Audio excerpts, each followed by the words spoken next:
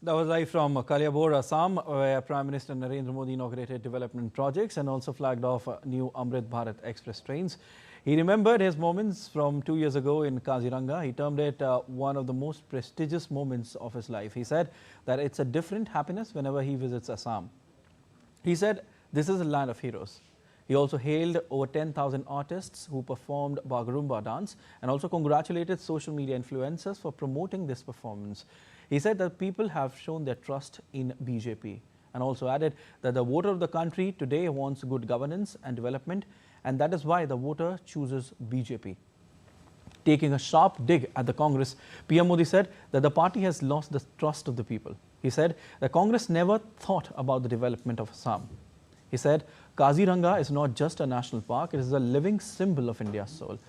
PM Modi also said that the government is continuously working towards wasteland conservation. He said for a long time there was a belief that nature and progress could not go hand in hand, but the government has made it possible. He said under Congress, rail budget for Assam was 2,000 crore rupees, and under BJP that budget is raised to 10,000 crore rupees. He said when Assam progresses, Northeast progresses, and when Northeast progresses, Bharat progresses. And Prime Minister Narendra Modi will also be visiting West Bengal's Singur today to inaugurate multiple development projects worth around 830 crore rupees. DD India's Deepika Mehto sends us this report. Prime Minister Narendra Modi is on a two-day visit to West Bengal after dedicating and inaugurating various development-led projects in Malda, and with the idea of ensuring 360-degree development of West Bengal, PM Modi will now visit Singur in Hooghly on Sunday. The PM will inaugurate and lay the foundation stone of various development projects worth more than 830 crore rupees. During his visit, Prime Minister will lay the foundation stone of the extended port gate system at Balagar, including an inland water transport terminal and a road over bridge. Spanning an area of approximately 900 acres, Balagar is being developed as a modern cargo handling terminal with an envisaged capacity of about 2.7 million tons per annum. The project includes the construction of 2 dedicated cargo handling jetties, one for the containerized cargo and one for dry bulk cargo. Prime Minister will launch a state-of-the-art electric catamaran in Kolkata. This is one of the 6 electric catamarans indigenously built for inland water transport by Kochi Shipyard Limited. The vessel will support urban river mobility, ecotourism and last-mile passenger connectivity along the Hooghly River. Prime Minister will also inaugurate the Joyrambati-Borogopinathpur-Mainapur new rail line. This line is an important part of the Tarokeshwar-Bishnupur new rail line project. Along with the new rail line, a new train service between Mainapur and Joyrambati will also be flagged off. It will provide direct rail connectivity to the residents of Bankura district, making travel more affordable and convenient for daily commuters, students and pilgrims. Prime Minister will also flag off 3 Amrit Bharat express trains: Kolkata Anand Vihar Terminal Amrit Bharat Express, Kolkata Banaras Amrit Bharat Express and Kolkata Tambaram Amrit Bharat Express. Ahead of Prime Minister Narendra Modi's visit to Singur, the local residents expressed their hopefulness of a developed Singur that offers job opportunities for youth and employment for women. हम जो युवा है आज 40 साल हो गया, कुछ काम भी नहीं है, मेरा परिवार दिक्कत होता है संसार चलाने के लिए। हम लोग सिंगूर से सब यंग युवा जो है हम प्रधानमंत्री से आग्रह करेंगे जो सिंगूर का इस पुण्य भूमि में वो जो आ रही है यशस्वी प्रधानमंत्री जी, सिंगूर वासी को युवाओं को यहाँ पे काम मिलेगा, रोजगार मिलेगा। यहाँ पे रोजगार भी आएगी, सबको सुरक्षा भी मिलेगा और आसपास में जो छोटा छोटा दुकान भी लेकर बैठेगा। जब कारखाना चालू हो जाएगा, मोदी जी के बारी जाएगी। With an aim To develop areas like Singur, which have a rich potential of hosting an array of industries, ensuring extended benefits to the local residents as well, the projects will ensure connectivity, employment opportunity, and add more strength to India's vision of becoming a developed nation by the year 2047. Prime Minister Narendra Modi's visit to Singur is being seen as a very important step for the development of Singur and especially for the development of West Bengal. People here are expecting more job employment opportunities and better ways to create a better livelihood. And Prime Minister Narendra Modi is all set to lay the foundation stone of projects worth around 830 crore rupees for the people of Singur. With camera person Sunil Rana, this is Tipikai reporting for DD India from Singur, West Bengal. The Ministry of Micro, Small and Medium Enterprises is organizing PM Vishwakarma Haat 2026 exhibition from Sunday in New Delhi. The exhibition is dedicated exclusively to artisans and craftspeople under the PM Vishwakarma scheme. It will provide a prominent platform for artisans to exhibit and market their handcrafted products to national and international buyers, stakeholders and the general public.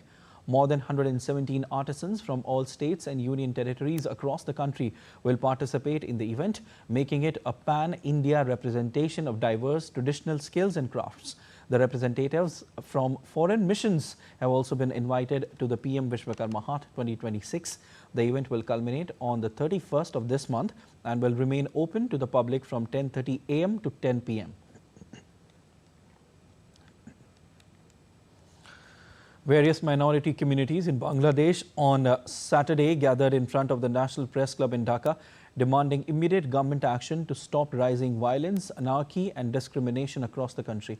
The protest rally was organized by the Bangladesh Minority Lawyers Unity Alliance, chaired by its convener, freedom fighter and senior Supreme Court lawyer Dr. J.K. Pal, and moderated by Alliance member Secretary Advocate Suman Kumar Roy. Senior lawyers, minority leaders and representatives of several organizations attended the demonstration and expressed solidarity. Advocate Suman Kumar Roy warned that continued violence has created fear among minority communities and could force them to consider drastic steps, including election boycotts. Dr. J.K. Pal said the state's failure to protect citizens' lives and property was deeply alarming and called on political leaders to act immediately to address the situation. In Bangladesh, editors and media leaders on Saturday stressed that independent journalism remains the only institution capable of telling governments the truth, warning that attacks on the media threaten democracy and fundamental freedoms. At Media Convention 2026 in Dhaka, the Daily Star editor Mahfouz Anam emphasized that governments, often surrounded by praise from party loyalists, bureaucrats and intelligence agencies, benefit most from independent journalism that exposes corruption, policy failures and public discontent. Pratham Olo editor Matiur Rahman highlighted the need for unity among journalists, warning that divisions weaken the profession and invite repression. Editors Council President and New Age editor Nurul Kabir condemned recent arson attacks on Pratham Olo and the Daily Star, along with obstruction of fire services, as medieval barbarity that endangers all media houses. The event, organized jointly by the Newspaper Owners Association of Bangladesh and Editors Council, reaffirmed a collective commitment to independent, responsible and ethical journalism amid threat to press freedom. And still to come on this edition of DD India Live. Several countries receive invite to join Gaza Board of Peace by the US. We'll tell you more about this. Stay tuned. BCCI announces women's white ball squad for upcoming Australia tour.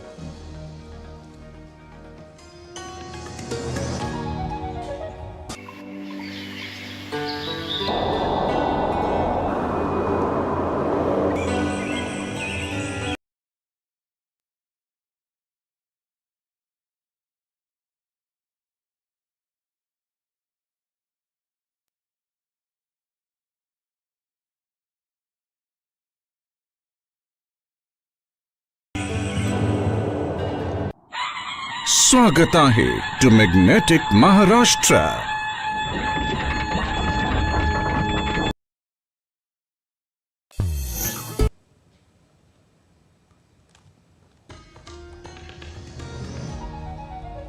You're watching DD India Live. I am Siddharth Bharadwaj. And ambassadors from the European Union's 27 countries are in huddle after US President Donald Trump vowed a wave of increasing tariffs on European allies until the United States is allowed to buy Greenland. EU ambassadors are going to convene an emergency meeting over the row. Trump said 10% tariffs would take effect on February 1st on imports from Denmark, Norway, Sweden, France, Germany, Great Britain, the Netherlands and Finland. Tariffs may rise to 25% on June 1st and remaining in place until a deal is reached.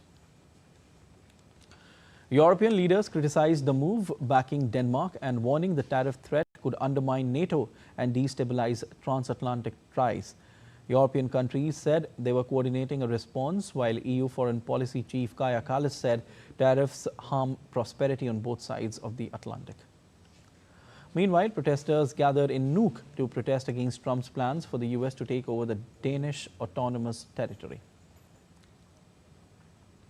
It's very tiring and it takes a lot of energy, and what we want to use our energy on is just to live here, live with each other, live in peace and in the country that we love and we respect. We know the Arctic, we know our country, and we are the ones to care for it. And it's been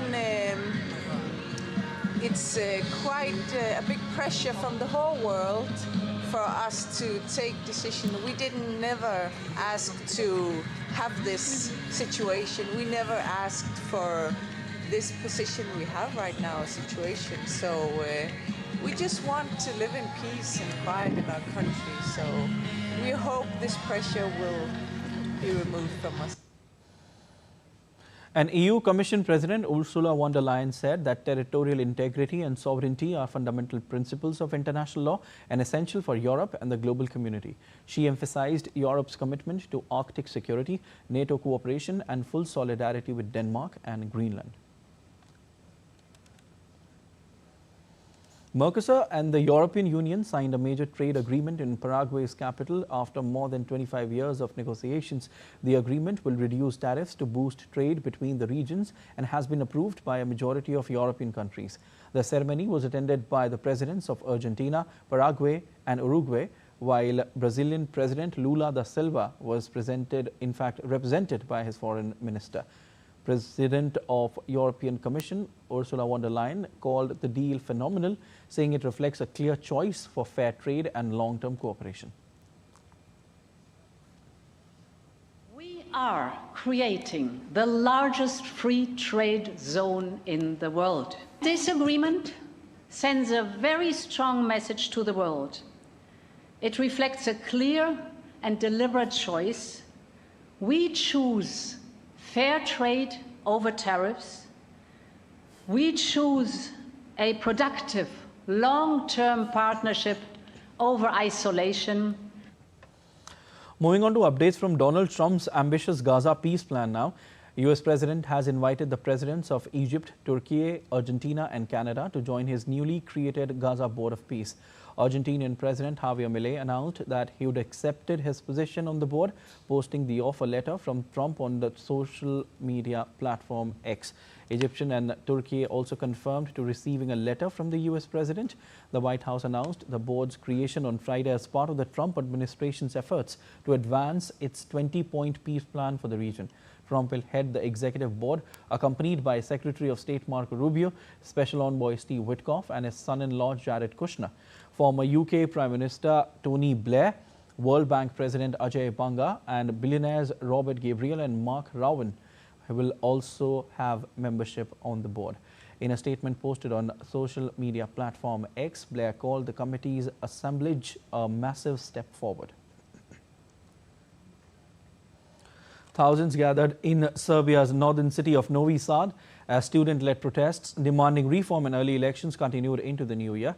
Demonstrators demanded lustration or the removal of officials they accuse of being linked to a corrupt system, saying the move is essential to restore public trust and uphold the rule of law.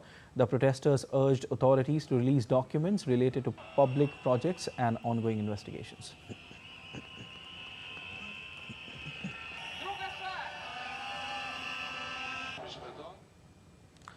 Indonesian authorities have located the wreckage of a surveillance plane that went missing near fog-covered mountain in Indonesia's South Sulawesi province. The aircraft had been chartered by Indonesia's Marine Affairs and Fisheries Ministry to conduct aerial fisheries surveillance. Indonesia's National Transportation Safety Committee will lead the investigation into the crash, the cause of which remains unclear. With the series finally poised at 1-1, India and New Zealand gear up for a high-voltage decider in Indore on Sunday. India entered the final ODI with questions over their bowling combination. Kuldeep Yadav struggled for control and even Ravindra Jadeja's form remains a concern. Our correspondent Narayan Singh sent us this report.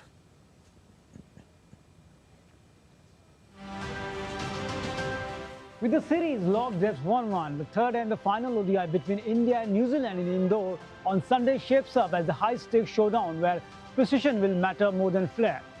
India entered the decider with concern over their bowling combination after their spinners was outplayed in the first two matches. The defeat in Rajkot exposed the cracks in the middle overs, an area that long has been India's fortress. New Zealand's batter, led by Daryl Mitchell, dismantled the control with smart footwork and fearless sweeping, turning spin into scoring opportunities. Kuldeep Yadav, usually India's middle-over weapon, struggled to impose himself. Attacked for both length and trajectory, he was denied rhythm as the Kiwi batters read him early and disrupted India's plans.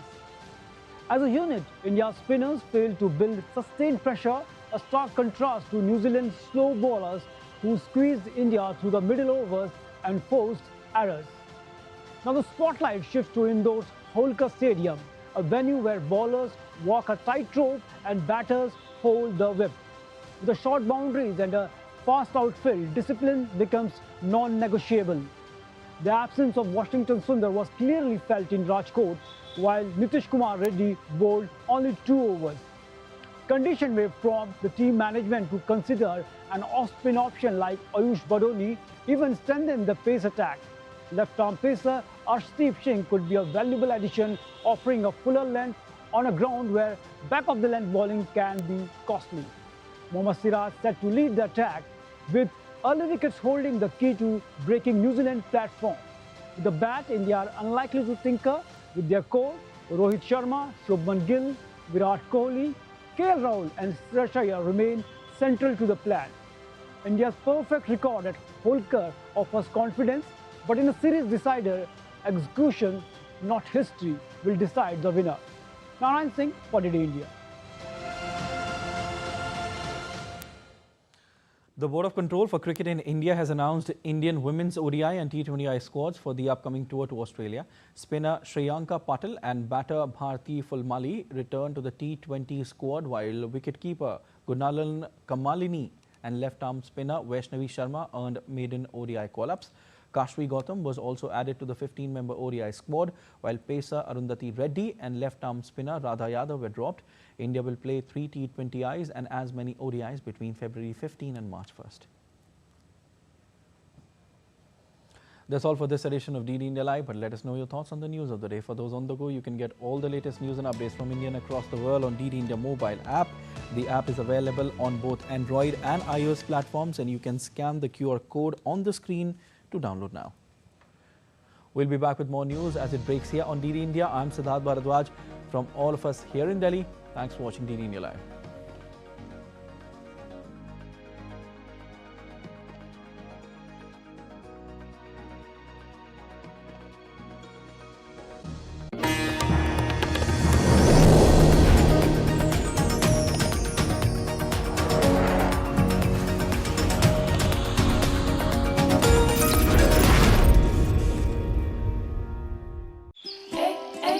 One of India's newest states, one of India's oldest lands.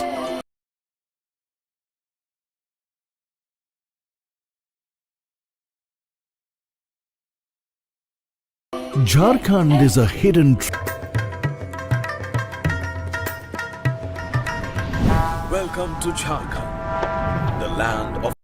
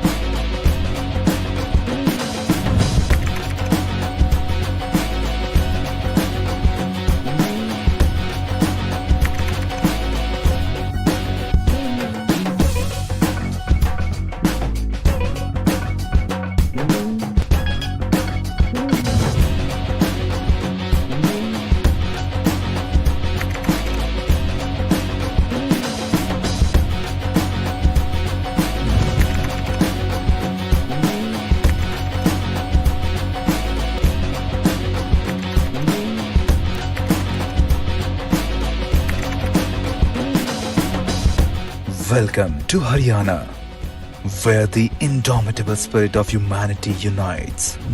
Vasudhaiva Kutumbakam